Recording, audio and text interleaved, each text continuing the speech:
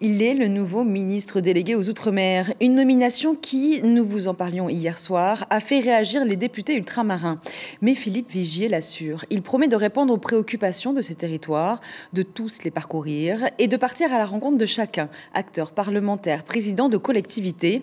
Il sera aussi sur le terrain aux côtés d'Emmanuel Macron en Nouvelle-Calédonie et de Gérald Darmanin en Polynésie le 15 août prochain. En attendant, l'ancien député de l'Eure-et-Loir a présenté sa feuille de route.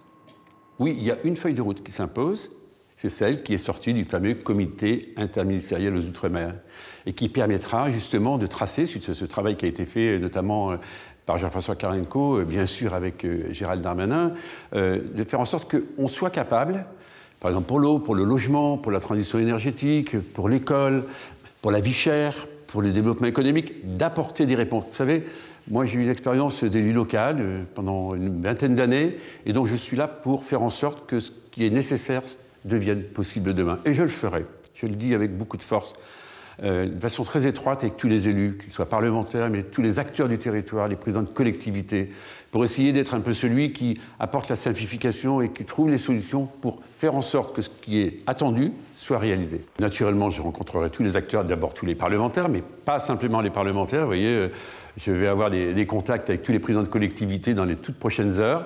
Je serai sur le terrain avec le président de la République en Nouvelle-Calédonie à partir de lundi. Je devrais accompagner normalement Gérald Darmanin en Polynésie au mois d'août. Je prends l'engagement, un engagement fort. C'est de les voir tous, les parlementaires, de travailler avec eux sur justement tout ce qui a été préparé dans le cadre du SIOM. Je prends l'engagement également d'aller dans tous les territoires et d'ici la fin de l'année, j'aurai fait ce tour du monde, puisque, je rappelle, c'est la deuxième façade maritime mondiale, et je prends un troisième engagement, c'est que ma porte soit toujours ouverte pour eux.